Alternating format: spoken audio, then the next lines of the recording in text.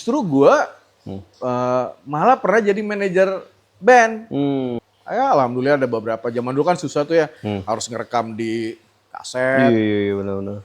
Terus datanglah ke radio-radio gitu. Apalagi sekarang gue lihat dunia musik semenjak ibaratnya kayak direm pada saat masa Covid tuh Iya benar. gong lagi gitu ya. Nah itulah makanya gue lihat kayaknya pas gue sama lo nih gitu. Makanya gue ngajuin ibaratnya gue kayak ngelamar lo nih. Gitu. Omongan nih gabung nih gini gitu kan. Alhamdulillah kan gayung bersambut. Nah. 1, 2, 3, fuck it.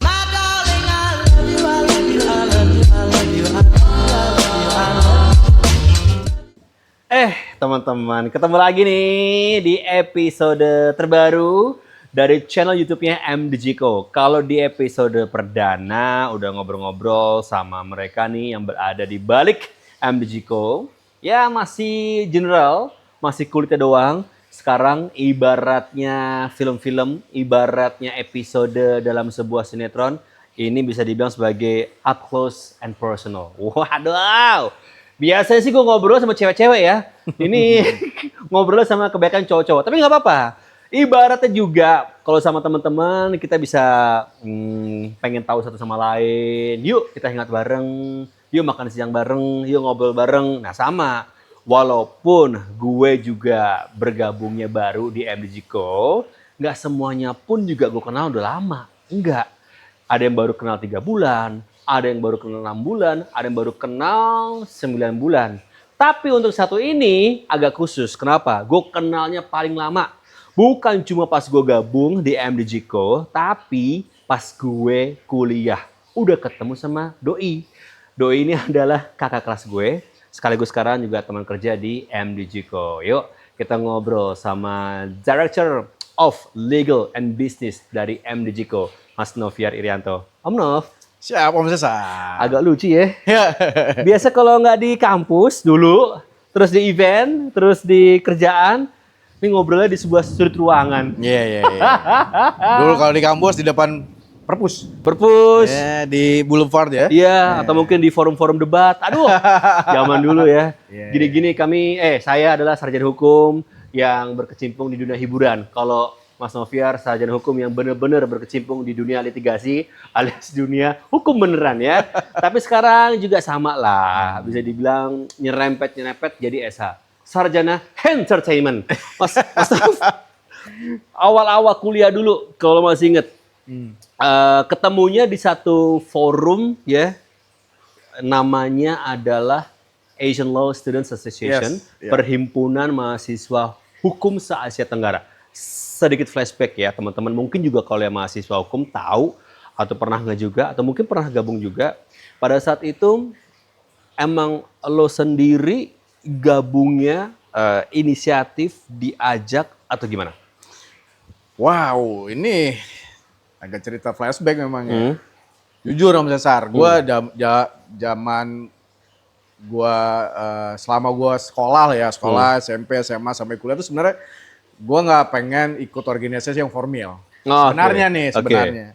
Tapi nggak tahu kenapa selalu diajak lah sama teman-teman yang dimasuk itu. Nah di kuliah, tadi gue mikir nggak ada nih ikut-ikut mana-mana. Gue senangnya main bola. Bola ya, Gue main bola, pas lagi gue main bola, gue lihat teman-teman gue lagi pada entah di interview atau apa gitu. Gue nanya, lu pada ngapain sih gitu? Alsa apaan sih? Gue bilang gitu. Muncullah senior kita nih. Wih, lu ikut Alsa? Alsa apaan sih? Gue bilang. Udah lo ikut, enggak, gue main bola dulu. Gue main bola dulu Om. Main bola dulu ya? Teman-teman gue adalah, lu kenal ada si Cani gitu ya, dan lain-lain gitu. Gue main bola. Selesai habis main bola, itu menjelang maghrib, gue ingat banget, selesai nih. Jalan lagi masih ada. Dipanggil lah gue, lu pokoknya harus ikut. Gue belum tes, gue bilang. Udah lu ikut aja, masuk ruangan. Gue hanya di interview sama senior-senior. Jadi gue masuknya itu memang lucu. Agak sedikit shortcut lah, dipaksa. Gue pikir cuman gitu doang, tapi ternyata, wow, seru nih. Seru gitu. ya. Akhirnya ya, malah banyak yang berkorban lah dengan teman-teman yang lain untuk si organisasi ini. Jadi masuknya sebenarnya by accident ya. By accident. By accident. Iya sih. Jadi nggak ada sesuatu yang niat gitu Om. Gitu. Dari situ ya akhirnya ya alhamdulillah sih itu jadi kayak merubah apa ya pemikiran gue tentang suatu organisasi gitu yang gue pikir kayak kaku, ada ini ya ternyata nggak semuanya lah organisasi seperti itu dan ternyata asik ya. Benar. Flashback juga ke sebelumnya ketika memutuskan untuk kuliah di Fakultas Hukum, berarti terpaksakah atau disuruhkah atau emang niat? Kalau ini niat. Oh, ini niat. Kalau ini niat. Jadi kebetulan gue zaman SMA tuh satu bangku dengan sayangnya udah almarhum ya. Itu kejadian, mungkin pernah dengar ya ada jaksa yang meninggal suatu korban di pesawat yang jatuh. Itu sahabat saya. Oh, oke. Jadi kami sama-sama satu bangku, kita janji. Vi, gue mau jadi jaksa ya, lu jadi lawyer. Oh, oke. Nah, Kontra. satu itu. Terus kita sama-sama ikut, sama-sama milihnya yang di daerah Depok lah. Ternyata kami nggak beruntung dua-duanya. Beliau di Malang, saya terlempar di Semarang. Di tahun berikutnya, beliau ngajak lagi. Almarhum nih, ikut lagi Om PTN. Kita udah nyerah Om, nyerah belajar. Dan dia memang dasarnya pintar ya, dan keterima yang di Depok itu. Depok, I see. Jadi memang kalau untuk hukumnya sendiri udah apa ya, inilah. Niat banget Niat banget ya. Oke, ada samanya juga, ada beda juga sama gue ya. Kalau gue mungkin kenapa milih hukum karena dulu kepleset juga. Ya niatnya juga sama, pengen di Depok ya. Cuma dapetnya yang kedua, tapi nggak apa negeri juga, ya kan? Oke, sekarang setelah lulus dari kuliah, fresh bener-bener emang meniatkan diri untuk jadi lawyer, Om Nov? Enggak. Oh enggak malah ya? Enggak. Justru gue kayak pengen tahu aja sih kuliah hukum kayak gimana. Justru gue malah pernah jadi manajer band. Zaman gue kuliah tuh. Jadi habis pulang dari hangout suatu tempat, you know lah tempat di mana di Semarang. Pagi-pagi ketemu anak-anak band lah. Iseng-iseng ngobrol, kalau nggak salah namanya Sunday Band ya. Kalau misalnya dengar sih ada namanya Nono, Dimas. Sundae ya? Sundae. Boleh di browsing. Zaman dulu itu. Kira gue belajar untuk memanajemen. Karena gue suka musik dari dulu memang ya. Karena nggak bisa nyanyi, nggak bisa main alat musik. Jadi gue pikir bagaimana gue bisa masuk ke dalam dunia ini. Ya mungkin dengan memanage gitu. Nah ngebantulah mereka gitu ya.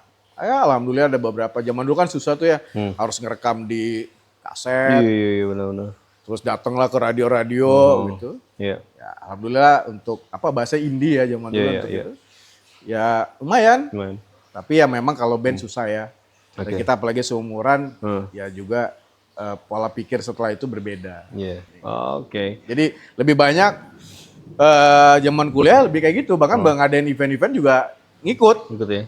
Jadi kemana-mana nggak kenal di kampus aja, ada kenalan di tempat-tempat lain. Dia bikin acara apa? Gue bantuin gitu. Jadi pengen tahu IO tuh kayak gimana gitu. Dan ini mungkin jarang ada yang tahu. Gue pernah sempat ngelamar jadi penyiar radio. Dan gue gak keterima. Beda malam. Lo lebih beruntung. Ini jarang banget gue ngomongin. Gue pernah, jujur, gue udah kirimin tuh contoh suara. Dan ya udah, gitulah. Iya bahkan gue pribadi juga baru tahu ya fakta tentang ini ya teman-teman ya. Iya. Kalau enggak ya saingan dong gue sama dia. Share radio juga. Oke. Sekarang ketika masuk ke dunia profesional, dunia kerja ya, berarti sudah berapa tahun beracara? Belasan ya? Jadi gini, kalau untuk formilnya mungkin di 2008, 2007 ya. Ketika mendapatkan license gitu ya. Tapi kalau sebelum itu dari mulai gua udah lulus yang agak lama, pasti tahu lah. Di 2002 lah ya, 2002, gue udah diajak untuk bersidang. Jadi kalau dulu tuh agak sedikit longgar lah ya, nggak terlalu ditanyain license. Jadi kalau dibilang beracaranya dari 2002, jadi sekarang udah hampir 20 tahun. Bener kan 20 kurang tahun lebih ya. itu. Wow, 20 tahun. Ini seru juga teman-teman ya, ketika lo tahu ya bahwa kita tuh hidup ya harus siap juga berkenaan dengan yang namanya hukum. Apapun itu. Terlebih sekarang nih kalau sadar, misalnya paling gampang, lo ya mengikatkan diri dengan orang lain dalam sebuah perjanjian, tiba-tiba ya maaf nggak dibayar, nggak dipenuhi kewajibannya, itu kan udah masuk dalam ranah hukum juga, ditipu segala macam ya kan? Atau mungkin lo juga sendiri nih sekarang lagi pusing ya karena lagi ngomongin warisan, waduh itu juga ya kan? Tapi nggak apa-apa, namanya juga hidup ya kan? Yang jelas kalau misalkan butuh bantuan hukum langsung kontak aja ya. Oke, Om Nov, Siap. seiring berjalannya waktu, tiba-tiba muncullah sebuah entah ide, pemikiran, rencana untuk membuat sebuah company yang bergerak di bidang showbiz atau entertainment. Itu gimana singkat ceritanya? Mungkin lo bisa berbagi lebih dalam lagi di sini ya. Iya. Singkat ceritanya sebenarnya awalnya tuh gue diajak oleh sahabat saya, Eric ya, yang dulunya dikenal dengan manajernya si Sandy Sondoro. Oke. Dia bilang, gue punya kawan di Jerman, keren nih suaranya, lo denger aja gini-gini. Gue denger lah gitu kan. Terus dulu komunikasi sama Sandy tuh masih pakai Yahoo Messenger kalau nggak Oh salah. iya. Dia bilang dia punya ada masalah hukum di sana. Gitu. Oke. Gimana nih gini? Gue bilang ceritain dulu lah, ceritain segala macam. Gak semua itu masalah hukum harus diselesaikan dengan litigasi atau pengadilan. Oke.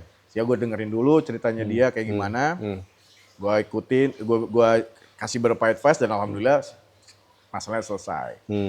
Dan Sandy akhirnya ada kompilasi di Sony Music kalau nggak salah waktu itu. Masuk dia ke sini. Nah dari situlah gue mulai tertarik bener nih. Balik lagi nih. Kayak zaman gue kuliah gitu ya. Masih ada perjuangan yang belum selesai menurut gue. Karena kan lu masih nanggung ya. Nganterin sampel-sampel contoh lagu segala macam masih belum ini. Sekarang ada ngebantu Sandy lah. Gitu. Akhirnya kebentuk lah di situ manajemen dengan Eric. Di awal itu untuk ngebantu Sandy Sondoro, jadi lebih seperti ke manajemen artis. Nah, dari situ ketemu nih dengan sosok namanya almarhum Kunto Handoyo di Sony Music. Legend banget lah. Setelah itu gue tahu, karena gue masuk dunia baru, gue nggak tahu nih siapa sih sebenarnya gitu kan. Tapi ternyata dia banyak dikenal orang banyak, malang melintang dan sebagainya. Entah kenapa nyambung sama gue. Nyambung, dia beberapa kali, pertamanya tentunya advice hukum lah dan sebagainya.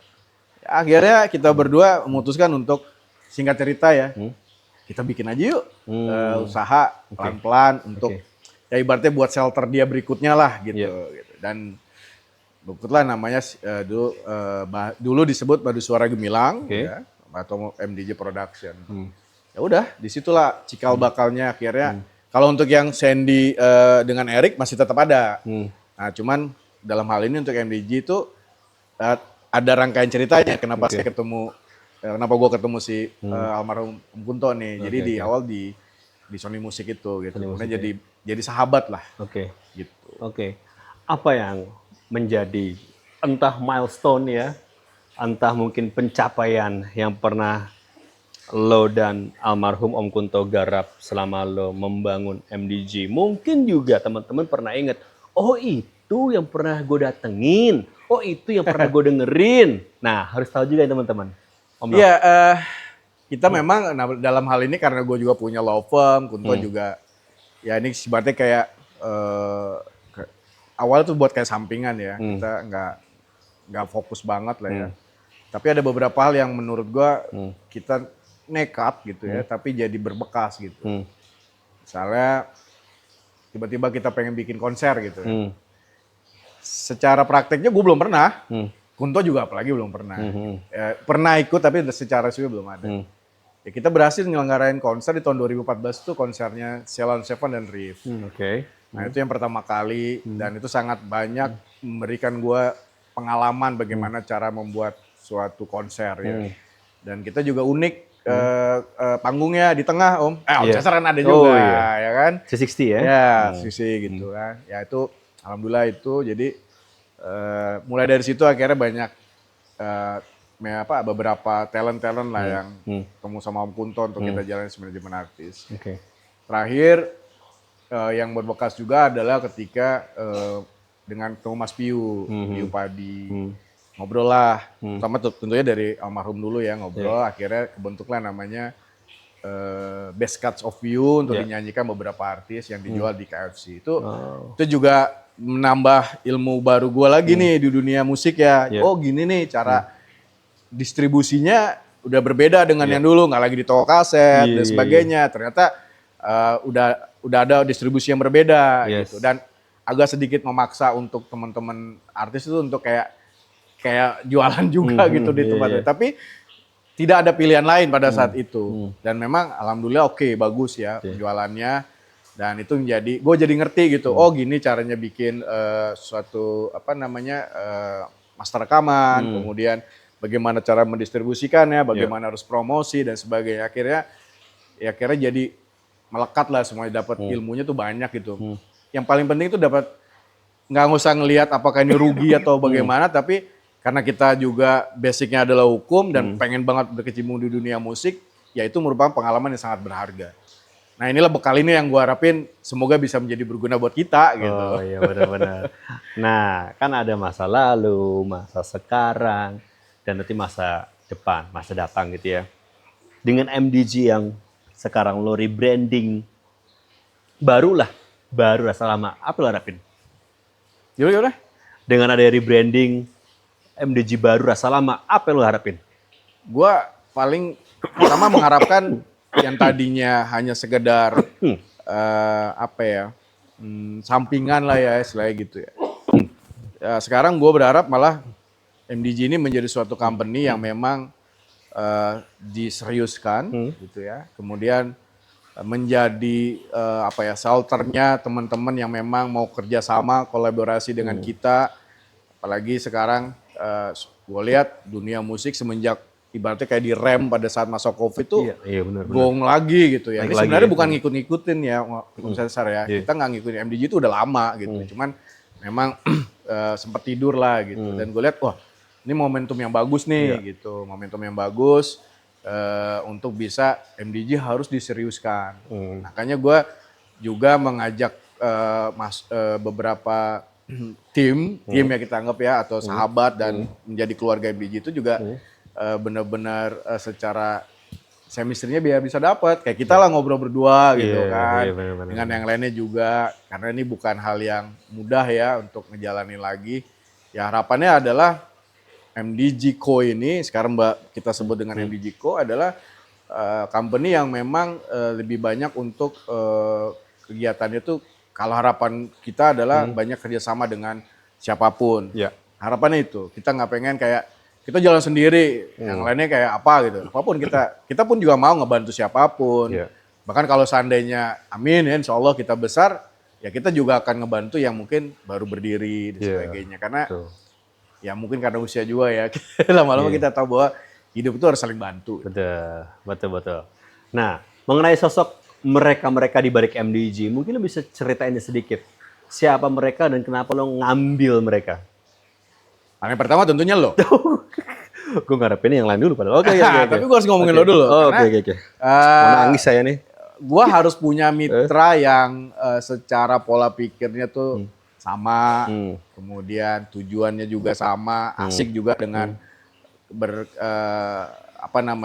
untuk menghadapin segalanya tuh dihadapin dengan asik lah, dengan tidak perlu harus dengan tegang atau apa gitu kan. Nah kita diuji kan waktu itu dengan kita punya kegiatan di organisasi kita. Nah itulah makanya gue lihat kayaknya pas gue sama lo nih gitu. Makanya gue ngajuin, ibaratnya gue kayak ngelamar lo nih. Omongan nih gabung nih gini gitu kan. Alhamdulillah kan gayung bersambut. Nah setelah itu barulah gue berpikir kenapa harus mencari orang yang gak gue kenal. Mendingan gue coba tanyakan kepada ex-MDG terdahulu apakah memang mau berkenan atau tidak. Banyak sebenarnya, ada yang mau dan tidak. Dan alhamdulillah dari sekian banyak itu ada 2 orang lah ya yang memang berkenan masuk lagi ke keluarga MDG ini. Ya, kenapa gue bisa bilang keluarga? Karena MDG ini dulu kalau misalnya ngeliat di, gue nggak tahu sosial medianya masih ada apa enggak. Tiap tahun tuh kita selalu ada kayak gathering keluarga. Jadi gathering itu bukan hanya keluarga, tapi ex-MDG atau artis MDG yang udah nggak di situ kita ajak. Kita ke Bali sama-sama, padahal dia udah bukan artis kita lagi. Oke. Atau dia bukan karena kita ajak. Ajak. Karena kita nganggap lu bukan orang lain, lu tetap keluarga. Meskipun lu sekarang di tempat lain.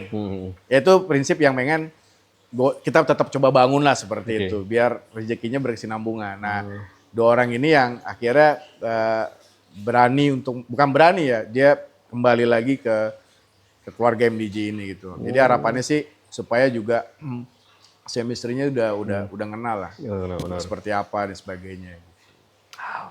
Wow, oke. Ya, namanya juga niat, tekad juga ya. Tentunya semoga apa yang kami upayakan ini bisa berjalan baik ya menurut Harus, ya. ya. Apalagi tahun 2024, wah semuanya serba baru ya. Termasuk juga kita bakal punya pemimpin baru, tantangan baru. Bahkan ya teman-teman ya, ini I don't know apakah ini disebut sebagai sebuah blessing in disguise juga ya. Ternyata, ini bocoran nih, kami benar-benar menerima cukup banyak tantangan. Tantangan ketika ketemu sama orang ini, diberikan sebuah amanat. Kalau kerjain dong. Ketemu sama pihak tertentu, diberi amanat. Kalau kerjain dong. Apakah itu kami rasa sebagai satu hal yang begitu cepat? Kok bisa tiba-tiba datang ya di usia kami masih sangat muda, sekalipun juga sebenarnya kami udah lama berdiri. Kalau gue pikir, enggak. Justru ini rasanya emang tadi seperti yang lo bilang Om Nov. Ketika orang udah tahu lo bangun, ya mereka akan ngetok pintu lo lagi nggak sih? Betul. Iya kan? Betul. Oh, udah bangun nih, gitu kan? Iya. Coba nyapa lagi ah, Iya. coba ketemu lagi ah, gitu. Dan ini yang selama 5 tahun MDG tertidur, mungkin ini semoga bisa menjadi momennya buat gue, buat Mas Noviar, buat tim MDG dan lo juga nih teman-teman ya, untuk berkolaborasi tentunya menghasilkan sesuatu yang lebih baik, bermanfaat dan membawa rezeki ke kita juga. Amin. Ya kan? Nah, kalau lo juga penasaran, kira-kira pengen lebih dalam lagi ngobrolnya sama siapa? Abis Mas Noviar, gue akan ngobrol bareng sama 1-2 orang. Semoga cukup tempatnya. Karena yang akan gue ajak ngobrol perlu space besar. Oke? Tadi kan lo udah bilang kan, orang-orang lama ya. Betul. Kira-kira abis ini siapa yang gue akan ajak ngobrol enaknya? Siapa duluan? Menurut gua Kevin dulu deh. Kevin dulu ya? Kevin dulu. Kevin dulu Karena ya. ya dia kan era digital lah. Dia Era digital. akhirnya digital, jadi kita pengen tahu insight-nya dia digital tuh kayak gimana. Wih, oke. Apalagi dia juga sama kayak Om, XTV lah istilahnya. STV, benar-benar. Udah gitu, dia termasuk yang punya anak buah langsung ya? Yes, cuman Iya. dia doang. Cuma dia doang. Kita nggak ada. Kita nggak ada loh. Kan makanya jadi luar biasa banget nih Luar orang biasa banget gitu ya. kan. Oke. Cowok ada. Habis ini ya? Tapi lu kalau misalnya dia sama anak buahnya datang, lu harus siapin makanan. Oh iya. Gak bisa nih cuma gini doang nih. Nggak bisa gitu doang Iya. ya? Dia harus ada cemilan gitu. Itu ya, dopingnya itu ya. Gitu Oke ya. lah kalau begitu. Siap. Gue ngobrol ya Oke. sama Kevin ya. Yes. Oke. Kevin bakal ngobrol habis ini ya.